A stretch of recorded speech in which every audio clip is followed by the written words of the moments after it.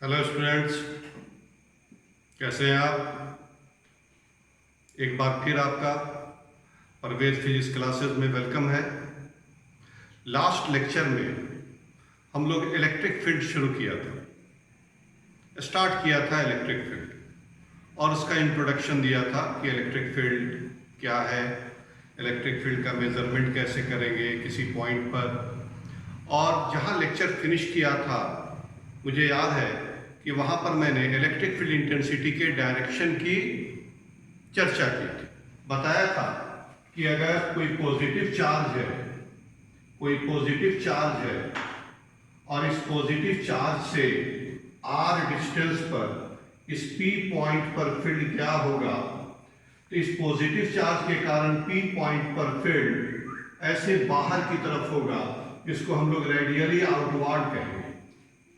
और अगर negative charge रहेगा, अगर हमारा यह सोर्स चार्ज निगेटिव हो, तो इसके कारण, इस निगेटिव चार्ज के कारण P पॉइंट पर इंटेंसिटी अंदर की तरफ होगा, रेडियली इनवर्ड।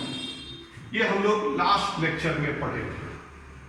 अब आगे बढ़ रहे हैं physical significance of electric field. आपकी पढ़ाई एनसीईआरटी बुक्स के हिसाब से हो रही है।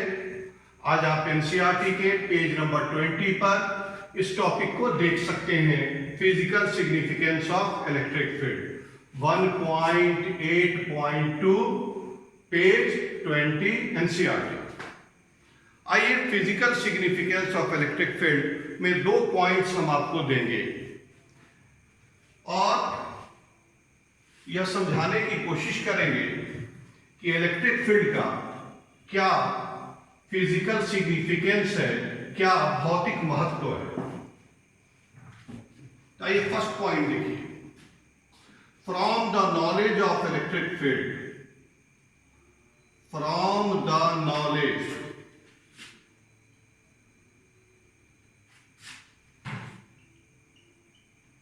Electric field intensity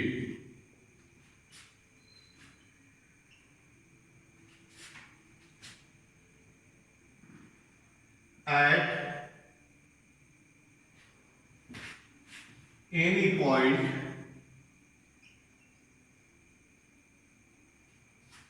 in an electric field,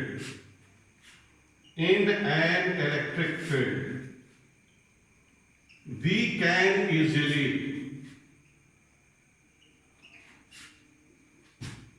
calculate, हम इजीली कैलकुलेट कर सकते हैं द मैग्नीट्यूड एंड डायरेक्शन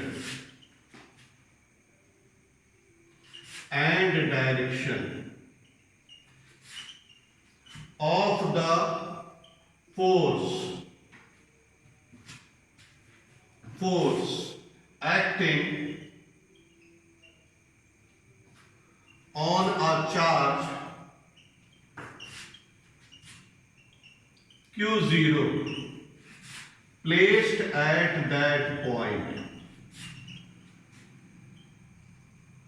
अब यह जो लाइन लिखा, यहां पर जो बोर्ड पर आपको पॉइंट्स आया, यह क्या आया कि अगर हमको किसी पॉइंट पर इलेक्ट्रिक फील्ड का वैल्यू मालूम है, अगर किसी पॉइंट पर हमको इलेक्ट्रिक फील्ड का वैल्यू मालूम है, तो हम उसी पॉइंट पर Q0 चार्ज पर क्या फोर्स लग रहा है वह इजीली कैलकुलेट कर सकते हैं। कैसे, तो बता चुके हैं, E = F/Q0 पढ़ाया है आपको। Electric field E = F/Q0। तो फोर्स का वैल्यू क्या आएगा इस चार्ज पर, F = Q0 into E। यानी किसी पॉइंट पर इलेक्ट्रिक फील्ड का वैल्यू E है, किसी पॉइंट पर इलेक्ट्रिक फील्ड इंटेंसिटी, या उसी को शॉर्ट में बोले इलेक्ट्रिक फील्ड का वैल्यू E है, तो उस पॉइंट पर Q0 पर जो फोर्स लगेगा उसका वैल्यू होगा F = Q0 into E। Force का मैग्नीट्यूड Q0E, डायरेक्शन फोर्स का वही होगा जो इलेक्ट्रिक फील्ड का डायरेक्शन होगा। तो इस यह हमारा पहला फिजिकल सिग्निफिकेंस है इलेक्ट्रिक फील्ड का कि अगर एक इलेक्ट्रिक फील्ड में किसी पॉइंट पर हमको इलेक्ट्रिक फील्ड इंटेंसिटी का वैल्यू मालूम हो, तो इस पॉइंट पर कोई चार्ज अगर रखेंगे तो इस चार्ज पर फोर्स लगेगा Q0 इंटू E, यानी उस फोर्स का हमको मैग्नीट्यूड मिल रहा है Q0 इंटू E, उस फोर्स का डायरेक्शन होगा जो इलेक्ट्रिक फील्ड इंटेंसिटी का डायरेक्शन होगा। तो इसको आप एक फॉर्मूला की तरह याद रखेंगे इस तरह से भी कि electric force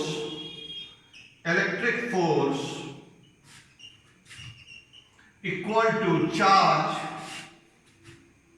into electric field intensity. Electric field intensity electric field का मेजरमेंट है, तो शॉर्ट में लिख सकते हो इलेक्ट्रिक फील्ड, यानी electric force is equal to charge into electric field. एक चीज और याद रखोगे, पॉजिटिव चार्ज पर फोर्स फील्ड के डायरेक्शन में लगेगा और निगेटिव चार्ज पर फोर्स फील्ड के अपोजिट डायरेक्शन में लगेगा। आगे फिर इस पर चर्चाएं होंगी। अभी हम देख के आ रहे हैं physical significance of electric field. इसमें क्या देखा?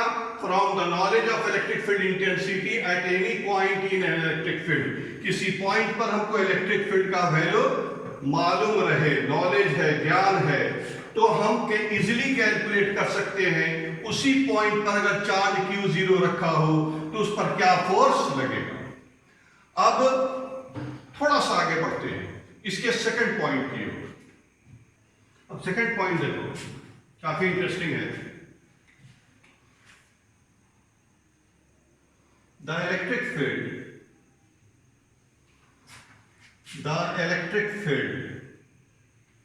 plays an intermediate role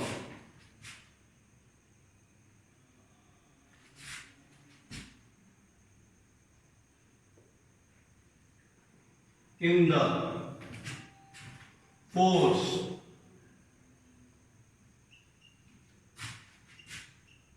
between two charges।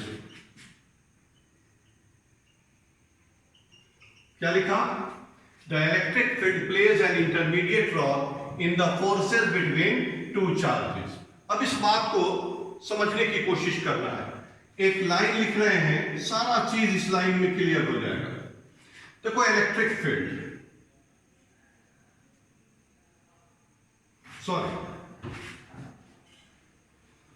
Charge,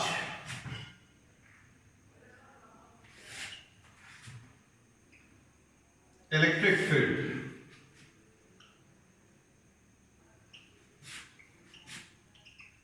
और फिर चार्ज।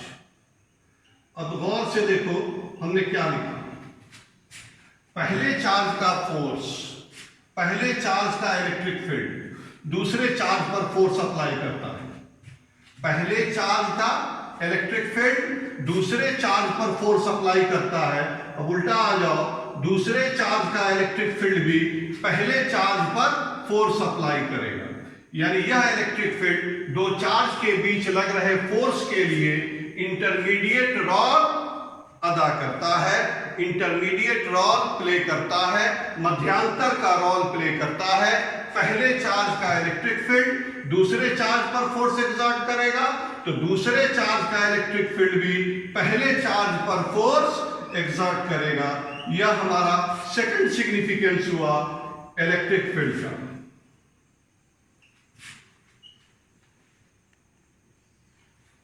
पहले चार्ज का इलेक्ट्रिक फील्ड दूसरे चार्ज पर फोर्स अप्लाई करेगा और दूसरे चार्ज का इलेक्ट्रिक फील्ड पहले चार्ज पर फोर्स अप्लाई करेगा।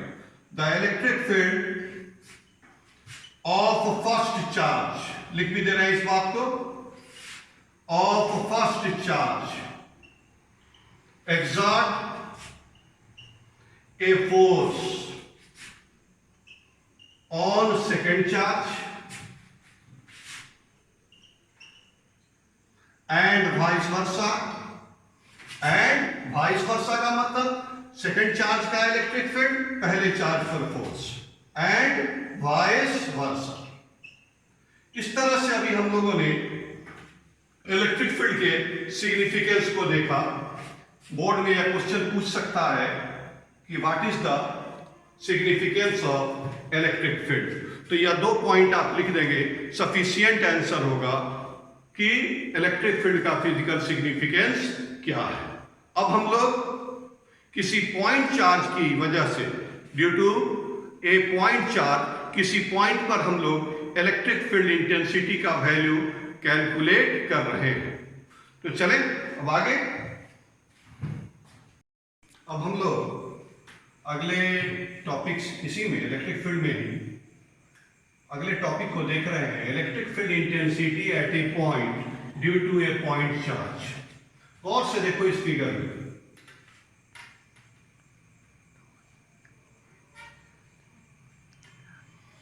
ये कोई पॉइंट चार्ज है, इस O पॉइंट पर पॉजिटिव ले रहे हैं, इससे R डिस्टेंस पर कोई पॉइंट P है, इस P पॉइंट पर हमको इलेक्ट्रिक फील्ड इंटेंसिटी का वैल्यू कैलकुलेट करना है। इस चार्ज को हम लोग क्या बोलेंगे? Source charge. सोर्स चार्ज हमने पॉजिटिव लिया है। अब इलेक्ट्रिक फील्ड कैलकुलेट करने के लिए हम लोग इस P पॉइंट पर एक स्मॉल टेस्ट चार्ज कंसीडर करेंगे। यह टेस्ट चार्ज है +Q0। हम लोग का अप्रोच क्या है? हम लोग का अप्रोच है कि इस P पॉइंट पर इस सोर्स चार्ज के कारण इलेक्ट्रिक फील्ड इंटेंसिटी का वैल्यू कैलकुलेट करना है। इस पॉजिटिव चार्ज के कारण यह पॉजिटिव चार्ज रिपेल होगा, तो यही फोर्स का भी डायरेक्शन होगा। और अभी बताया था कि पॉजिटिव चार्ज के कारण फील्ड रेडियली आउटवर्ड, चार्ज और पॉइंट को मिलाने वाली लाइन पर आउटवर्ड, यही इलेक्ट्रिक फील्ड का भी डायरेक्शन होगा इस P पॉइंट पर। आइए कूलम्ब्स लॉ अप्लाई कीजिए। यहां पर आपने एक टेस्ट चार्ज कंसीडर किया +Q0 P पॉइंट पर, यह चार्ज आपको गिवन है, इससे R डिस्टेंस पर P पॉइंट पर हमको इलेक्ट्रिक फील्ड इंटेंसिटी का वैल्यू कैलकुलेट करना है। तो कूलम्ब्स लॉ अप्लाई करो। From Coulomb's law, force acting on a small test charge Q0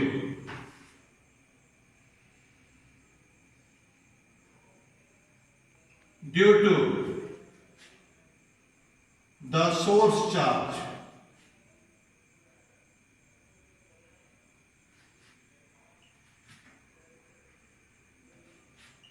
plus Q at O,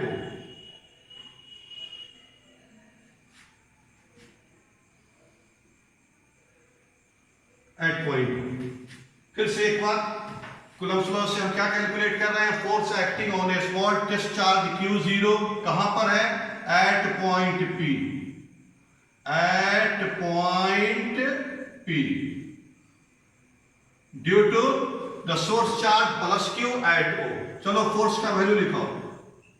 F is equal to 1/4 pi epsilon naught Q0 divided by R square. इस force का magnitude हमको निकला 1/4 pi epsilon naught Q0 by R square. Direction लिखना होगा तो along OP vector. अब हम electric field intensity का डेफिनेशन से आ जाए तो P पॉइंट पर इलेक्ट्रिक फील्ड इंटेंसिटी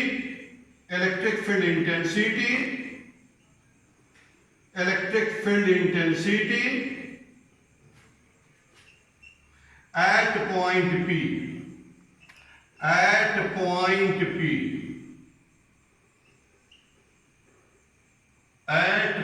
P, देखो बच्चों अभी पढ़ाया थोड़ा देर पहले भी, is equal to electric field का मैग्नीट्यूड F बाय Q0। अब इस फोर्स के मैग्नीट्यूड को यहां रखोगे तो Q0 क्या होगा, कैंसिल हो जाएगा।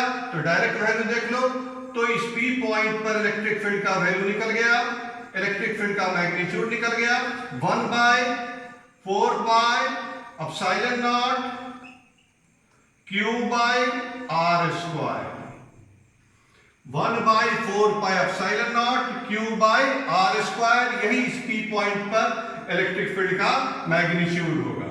अगर हमारा सोर्स चार्ज पॉजिटिव है, अगर हमारा सोर्स चार्ज पॉजिटिव है तो इस फील्ड का डायरेक्शन होगा रेडियली आउटवर्ड। अगर यह सोर्स चार्ज निगेटिव होगा तो फील्ड का डायरेक्शन होगा रेडियली इनवर्ड। इस तरह से हम लोग एक पॉइंट चार्ज के कारण, due to a point charge, किसी पॉइंट पर हम लोग इलेक्ट्रिक फील्ड इंटेंसिटी के मैग्नीट्यूड का फॉर्मूला कैलकुलेट कर लिया।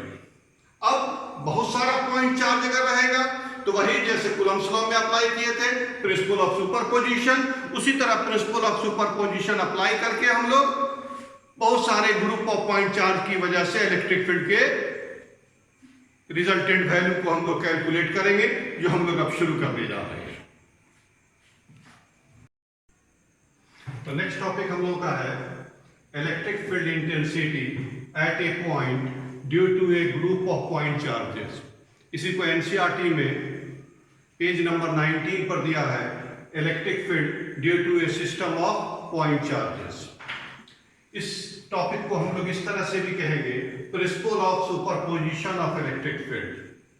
प्रिंसिपल ऑफ सुपरपोजिशन का स्टेटमेंट क्या है, एक line, this principle states that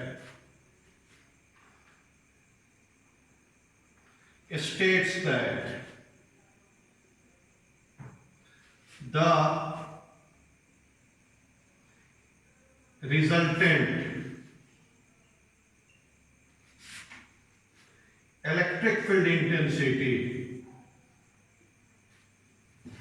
the resultant electric field intensity at a point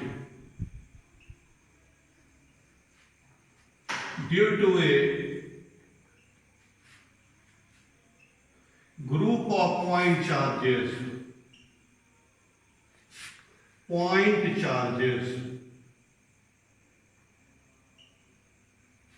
is equal to the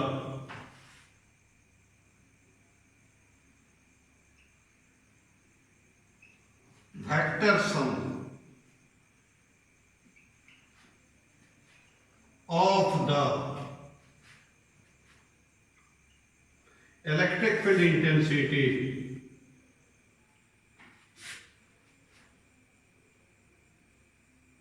at that point due to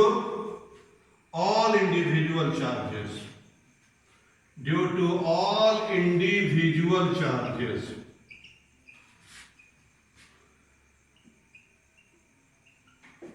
बहुत सारा चार्ज है। देखो यार,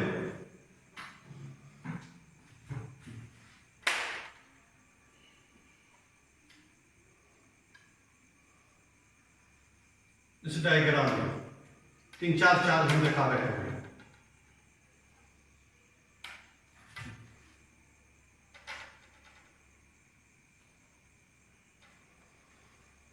एक चार्ज यहां, सारे चार्ज को पॉजिटिव लेके चलते हैं तो फील्ड का डायरेक्शन सबका बाहर की तरफ दिखाएंगे। दूसरा चार्ज यहां positive plus Q2 plus Q3 dash dash तरफ बहुत सारा चार्ज है, यहां पर इनवा चार्ज ले लो प्लस Q है। और इन सब ग्रुप ऑफ चार्ज के कारण इस P पॉइंट पर हमको इलेक्ट्रिक फील्ड का वैल्यू कैलकुलेट करना है। पहले ये डिस्टेंस Q1 का P से R1, उसी तरह से इसका ले लिया R2, R3 and so on. अगर इनवा चार्ज तक जा रहे हैं तो Rn। इस पॉजिटिव चार्ज के कारण फील्ड P पॉइंट पर रेडियली आउटवर्ड, तो इसी लाइन पर ऐसे बाहर की तरफ, यह हो गया Q1 चार्ज के कारण P पॉइंट पर फील्ड E1, Q2 चार्ज के कारण E2, फॉलो कर रहे हैं, E3 Q3 चार्ज के कारण field E3 and so on. ये लास्ट चार्ज यहां पर लिए हैं, यह हो गया En। अभी जितना इलेक्ट्रिक फील्ड निकला है सारे चार्ज के कारण, इन सब का जो वेक्टर सम होगा वही इस P पॉइंट पर रिजल्टेंट इलेक्ट्रिक फील्ड इंटेंसिटी होगा। और तो इसको कंक्लूड करके फिर इस पर डिस्कस करते हैं। If E1, E2, E3, En are the electric field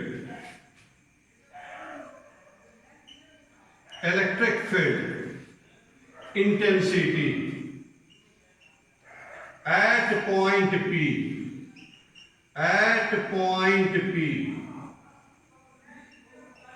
due to point charges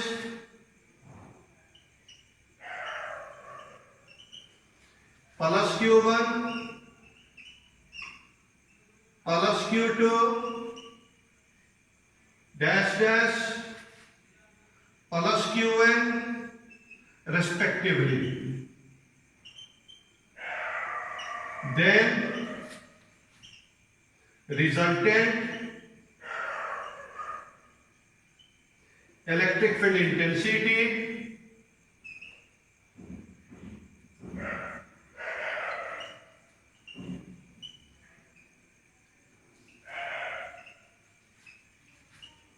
at point P is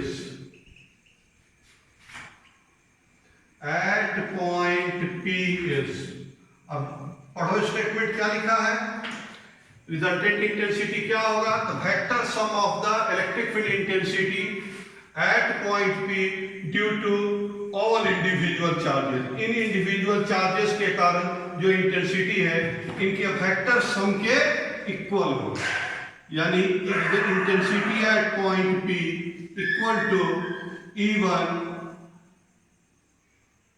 plus E2 plus E3, सबको वेक्टरली लेना है, plus dash dash plus En। अब हम E का वैल्यू कैलकुलेट, एक point charge के कारण value calculate करने का तरीका बता चुके हैं।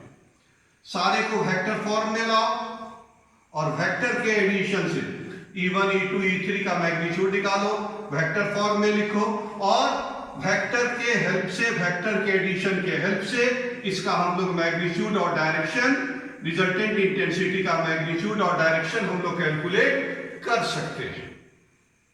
यहां पर वेक्टर की जरूरत होगी तो कूलम्ब्स लॉ में भी प्रिंसिपल ऑफ सुपरपोजिशन था, वहां भी हम लोग वेक्टर के मेथड से हम लोग इसका फोर्स, वहां पर फोर्स निकालते थे तो फोर्स का मैग्नीट्यूड और फोर्स का डायरेक्शन निकाले थे।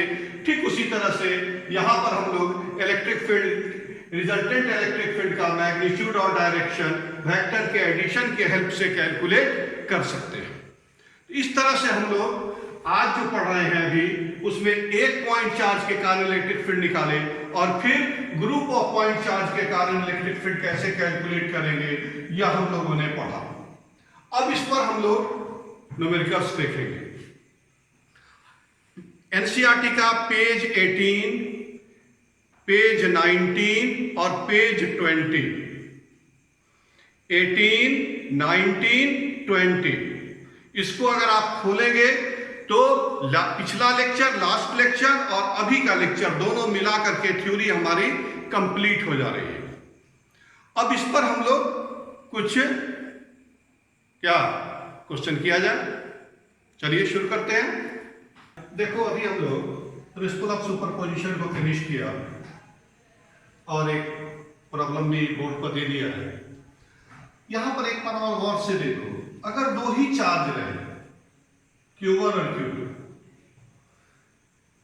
सिर्फ टू चार्जेस Q1 और Q2, तो मेरा रिजल्ट यहीं तक रहेगा, EP equal to E1 plus E2। और तुमको पढ़ चुके हो वेक्टर में कि vector A plus vector B equal to vector C, vector A plus vector B equal to vector C। तो यह C कहलाएगा रिजल्टेंट, जिसका मैग्नीट्यूड होगा under root A square plus B square plus 2AB cos theta, जहां theta A और B के बीच का angle है।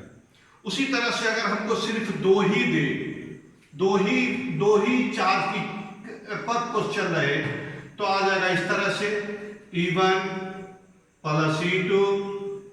अब तरीका बता रहे हैं प्रॉब्लम कैसे टेकअप कीजिएगा, और बीच का एंगल इसके हमको मालूम है, तो डायरेक्ट मैग्नीट्यूड का फॉर्मूला हो जाएगा resultant equal to under root A square plus B square plus 2AB cos theta की जगह लिखेंगे E1 square plus E2 square plus 2E1 E2 cos theta. Theta अगर मालूम है तो हमको रिजल्टेंट का वैल्यू कैलकुलेट हो जाएगा। E1 का वैल्यू 1/4 पाई एप्सिलॉन 0 Q1/R1 का स्क्वायर, E2 का value 1/4 pi epsilon not Q2/R2 का स्क्वायर। किस फार्मूला से? तो पॉइंट चार्ज का formula E equal to 1/4 pi epsilon naught Q/R square. अगर E1 का वैल्यू लेंगे तो यहां चार्ज Q1 और चार्ज से पॉइंट का डिस्टेंस अगर R1 है तो R1 स्क्वायर, E1 का वैल्यू निकल गया। सिमिलरली E2 निकालना होगा तो E2 कर दिया, यहां चार्ज तब क्या कर देंगे Q2 और डिस्टेंस क्या कर देंगे R2, और इस तरह से हमें E2 का मैग्नीट्यूड निकल गया। बीच का एंगल मालूम रहे तो हम लोग आसानी से इस तरह के प्रॉब्लम को सॉल्व कर लेंगे। अगर दो से ज्यादा चार्ज, दो में तो समझ में आ गया, दो से ज्यादा चार्ज रहेगा तो वही तरीका E1 E2 E3 सबको यूनिट वेक्टर IJ के टर्म में रिजॉल्व करके और कंपोनेंट के फॉर्म में लिखेंगे। उसके बाद I वाले को एक तरफ ले करके I से कॉमन ले लेंगे, प्लस उस J क्या नाम है J कॉमन ले लेंगे, तो मेरा इस तरह का फॉर्म आ जाएगा E इज इक्वल टू, यहां पर कुछ वैल्यू रहेगा जिसको हम EX लिख दिया, यहां कुछ वैल्यू रहेगा इसको EY लिख दिया, और रिजल्टेंट का formula under root EX square plus EY square. किस फार्मूला से? Vector R is equal to XI plus YJ, तो mod vector R is equal to under root X square plus Y square and theta बराबर tan inverse Y by X यानी EY by EX। तो इस तरह से हम लोग problem को सॉल्व कर लेंगे। जब दो चार्ज रहेगा तो डायरेक्ट दो वेक्टर के रिजल्टेंट वाला फार्मूला यूज करेंगे, और दो से ज्यादा रहेगा तो E1 E2 E3 जितने हैं सबको हम लोग यूनिट वेक्टर के टर्म में रिजॉल्व करके लिख करके I को एक जगह कॉमन, J को इसे कॉमन ले लेंगे। ये ब्रैकेट टर्म में सॉल्व करके आएगा, उसको मैंने EX लिख दिया है, ये ब्रैकेट टर्म में सॉल्व करके आएगा, ये EY हो गया। तो इसका magnitude E is equal to हो जाएगा under root EX square plus EY square, EX square plus EY square. इस तरह से हम लोग रिजल्टेंट का मैग्नीट्यूड कैलकुलेट कर देंगे, और थीटा का फॉर्मूला हो जाएगा थीटा बराबर tan inverse EY by EX। पढ़ाए थे 11th क्लास में vector R is equal to XI plus YJ, तो mod vector R is equal to under root X square plus Y square. तो उसी फॉर्मूला, और थीटा बराबर tan inverse Y by X की जगह लिख देंगे EY बाई EX। यह एंगल X एक्सिस के साथ बन रहा है विद X एक्सिस। तो अब हम लोग फिर प्रॉब्लम्स में देखेंगे। अभी यहां पर समझाने की कोशिश किया है कि आप खुद भी अपने को प्रॉब्लम को बनाना शुरू कर दें। अब एक क्वेश्चन पर बोर्ड पर एक छोटा सा क्वेश्चन लिखा हुआ है, देखिए क्या है। कह रहा है कि the electric field intensity at a point, किसी पॉइंट पर इलेक्ट्रिक फील्ड इंटेंसिटी, एकदम फंडामेंटल पर क्वेश्चन दिया है। The electric field intensity at a point, the electric field intensity at a point distance 6 meter from a point charge 6 coulomb is, क्या दे रहा है? एक पॉइंट चार्ज जिसका वैल्यू दे रहा है 6 कूलम। और चार्ज से पॉइंट का डिस्टेंस दे रहा है 6 मीटर और मीडियम एयर। तो इलेक्ट्रिक फील्ड का वैल्यू कैलकुलेट करो। क्वेश्चन समझ लो, ये चार्ज है और इससे r डिस्टेंस पर ये पॉइंट है, इस P पॉइंट पर हमको इलेक्ट्रिक फील्ड का, तो पॉइंट चार्ज के कारण इलेक्ट्रिक फील्ड का formula 1/4 pi epsilon naught Q by r square. बच्चों वैल्यू पुट करो, खुद निकल जाएगा। 1/4 पाई एप्सिलॉन नॉट का वैल्यू 9 × 10 का पावर 9, Q का वैल्यू 6 डिवाइडेड बाय 6 स्क्वायर। एक 6 से एक 6 कट गया, 9/6, 9/6 यानी 3/2, 3/2 यानी 1.5 इंटू 10 का पावर 9। यूनिट कभी न्यूटन पर कूलम रहेगा तो कभी वोल्ट पर मीटर रहेगा, कंफ्यूज नहीं होना है, दोनों यूनिट इलेक्ट्रिक फील्ड इंटेंसिटी का ही है। तो यहां पर आंसर कितना आ गया? 1.5 इंटू 10 का पावर 9 न्यूटन पर कूलम। इस ऑप्शन में खोज लेंगे और जहां सही ऑप्शन नजर आएगा उसको टिक कर दिया। अब देखो एक और क्वेश्चन फंडामेंटल पर दिया है, सेम क्वेश्चन, सिर्फ डाटा चेंज आपको बनाना है। Electric field intensity at a point distance 3 centimetre. अब देखो डिस्टेंस दे रहा है 3 सेंटीमीटर, इसको पहले मीटर में कन्वर्ट करो। 3 इंटू 10 का power -2 metre from a point charge of 3 into 10 का पावर -9 कूलम। और कह रहा है कि इस चार्ज से के डिस्टेंस पर इलेक्ट्रिक फील्ड का वैल्यू कैलकुलेट करो। अब खुद निकाल लो। तो 1/4 पाई एप्सिलॉन 0 की जगह वैल्यू रख दो, Q की जगह Q का वैल्यू रखो, 3 इंटू 10 का पावर -9 डिवाइडेड बाय r का स्क्वायर 3 इंटू 10 का पावर -2 का स्क्वायर। क्या सॉल्व हो जाएगा? एक 3 से तो एक 3 कैंसिल हो गया, स्क्वायर है तो एक 3 यहां बच रहा है, 3 से 9 को कैंसिल करो तो यहां 3। अब सिर्फ 10 के पावर को कैंसिल करो, 10 का पावर 9, 10 का पावर -9, ये ऊपर वाला दोनों 10 का पावर सॉल्व होकर के 1 आएगा। 10 का पावर -4 ऊपर ले जाओ, 10 का पावर 4 न्यूटन पर कूलम चाहे वोल्ट पर मीटर। चॉइस देख लीजिए और टिक कीजिए और घर पर इस पर प्रैक्टिस कीजिए। तो आज हम लोगों ने न्यूमेरिकल्स पर बेसिक फंडामेंटल जो क्वेश्चन है, फंडामेंटल क्वेश्चन क्या रहेगा? इलेक्ट्रिक फील्ड पर Q का वैल्यू दे देगा, R का वैल्यू दे देगा, इलेक्ट्रिक फील्ड निकालने के लिए कहेगा। कभी इलेक्ट्रिक फील्ड का वैल्यू दे देगा, डिस्टेंस दे देगा, चार्ज निकालने के लिए कहेगा। कभी डिस्टेंस दे दे, क्या नाम है, चार्ज दे देगा, Q दे देगा, R का वैल्यू कैलकुलेट करने के लिए कहेगा। तो इस तरह से हम लोग फंडामेंटल पर जो भी क्वेश्चंस रहेगा आसानी से सॉल्व कर सकते हैं। अब हम लोग एक क्वेश्चन और देख रहे हैं आगे। क्वेश्चन बोर्ड पे है, साफ साफ नजर आ रहा है। Electric field strength required to just support a water drop of mass m and having a charge Q is। कह रहा है इलेक्ट्रिक फील्ड का स्ट्रेंथ क्या होगा जो जस्ट सपोर्ट कर दे किसको? एक वाटर ड्रॉप को जिसका मास m है। और से देखो ये वाटर ड्रॉप है, इसका वेट लगेगा mg नीचे की तरफ और इस पर चार्ज Q है। अगर फोर्स इलेक्ट्रिक फील्ड की वजह से इस डायरेक्शन में लगेगा तो इसके वेट को यह सपोर्ट करेगा और इलेक्ट्रिक फील्ड के कारण फोर्स का वैल्यू होता है QE। यानी यह इलेक्ट्रिक फील्ड इस वाटर ड्रॉप को, इस इलेक्ट्रिक फील्ड के कारण जो फोर्स है वो इस वाटर ड्रॉप के वेट को सपोर्ट कर रहा है, जस्ट सपोर्ट कर रहा है। इसका मतलब यह दोनों फोर्स इक्वल है। तो लिखेंगे एज, हम पूरी बात लिख देते हैं इसलिए कि आपको वीडियो में समझने में दिक्कत नहीं हो, हम आमने सामने नहीं है कि आप हमसे क्वेश्चन कर सकेंगे, इसलिए कोशिश हमारी रहती है कि छोटी सी छोटी भी बात को हम पेन एंड पेपर कर देते हैं कि आप कभी भी वीडियो देखिएगा तो आपको समझने में दिक्कत नहीं हो। As the electric field E just support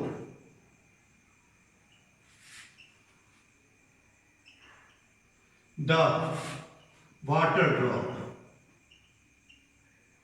अगर जस्ट सपोर्ट करेगा तो आइए force due to electric field, force due to electric field equal होगा weight of water drop, weight of water drop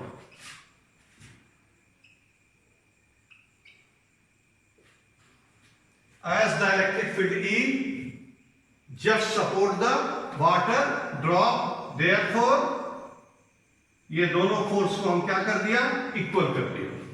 अब बताओ इलेक्ट्रिक फील्ड के कारण force Q into E equal to weight of drop mg, answer. So electric field का strength क्या निकल गया, mg bye q। अब कभी कभी क्वेश्चन में m का वैल्यू दे देगा, q का वैल्यू दे देगा और इलेक्ट्रिक फील्ड का वैल्यू कैलकुलेट करने के लिए कहेगा m का वैल्यू केजी में, ग्राम में दिए रहे तो केजी में कन्वर्ट कर देना, q का वैल्यू कूलम में ले लेना, g का वैल्यू 9.8 लेकर के हम लोग इलेक्ट्रिक फील्ड के स्ट्रेंथ को कैलकुलेट कर सकते हैं। अगर यह न्यूमेरिक डाटा के साथ रहे, इस डाटा के हिसाब से हम लोग का आंसर हो गया mg बाई q। तो इस तरह के क्वेश्चन इसमें पूछते हैं और यह क्वेश्चन सीबीएसई का पूछा हुआ भी क्वेश्चन है। तो आज हम लोग यहीं पर रुक रहे हैं, 1 मिनट आज आप लोगों से डिस्कस करेंगे। मेरे हाथ में 12th की एनसीईआरटी है, 12th की एनसीईआरटी है और हम कहां पढ़ रहे हैं इस चीज पर नजर रहनी चाहिए। आज हम लोगों ने पेज नंबर 20 तक के थ्योरी को कंक्लूड किया है और इस पर जो मॉडल क्वेश्चन हो सकता था वह दिया है, साथ में इसमें आपको एग्जांपल्स में भी क्वेश्चन दिया हुआ है जिसे आप सॉल्व करें और दिक्कत हो तो हमसे पूछें। 1-2 एग्जांपल हम जरूर बताएंगे आपको नेक्स्ट क्लास में। हम लोग का जो सिलेबस पढ़ता है वह इस हिसाब से है,